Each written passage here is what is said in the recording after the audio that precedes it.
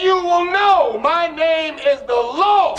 Oh, man. When I lay my vengeance upon thee. Next story. ChicagoTribune.com. Boeing CEO flogged in contentious board meeting as machinist strike continues. Kate Wexler. 4 minutes. In an unprecedented turn of events at Boeing's headquarters yesterday, Chairman Stephen M. Mollenkopf made good on his earlier threats, subjecting CEO Kelly Ortberg to a public flogging during an explosive board meeting as the company's crippling machinist strike entered its 7th week. The dramatic scene unfolded after Ortberg presented what board members described as an inadequate and complacent plan to address the ongoing labor crisis. According to multiple sources present at the meeting, Mollenkopf's patience finally snapped when Ortberg suggested a wait-and-see approach to the striking workers. The chairman stood up, removed his jacket, and ordered Ortberg to assume the position, said one executive who witnessed the incident but donned the cowl of anonymous coward due to the sensitive nature of corporate disciplinary matters. Everyone in the room knew this was coming after last month's warning,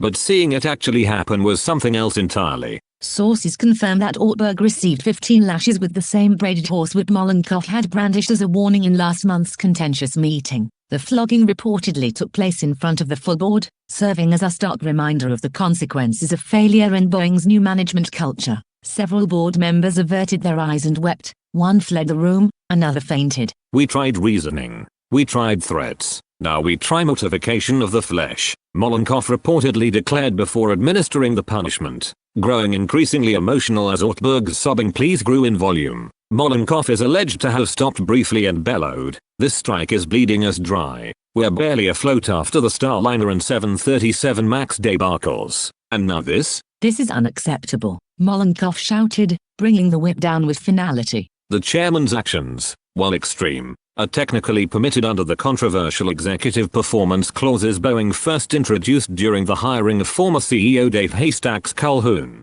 The machinist strike, which has completely halted production at several key facilities, shows no signs of resolution. Union representatives have rejected 3 consecutive proposals from Boeing management, citing insufficient wage increases, restoration of pension plans, and ongoing safety concerns. The fact that our CEO is getting flogged in the boardroom while workers are striking on the production line tells you everything you need to know about Boeing's current state, said aerospace analyst Greg Inman. This kind of medieval management style might have worked for Thomas Watson at IBM in the 1940s, but it's hardly the solution to Boeing's deep-rooted labor issues. The wider business community is watching closely, with many speculating whether Ortberg can survive the ordeal, both figuratively and literally. "It's hard to see how Ortberg can maintain any credibility after this," said Michael Porter, a business strategist. "Imagine the next meeting with his VPs with them all knowing that Ortberg's back has just been striped. If the strike drags on or production is further delayed,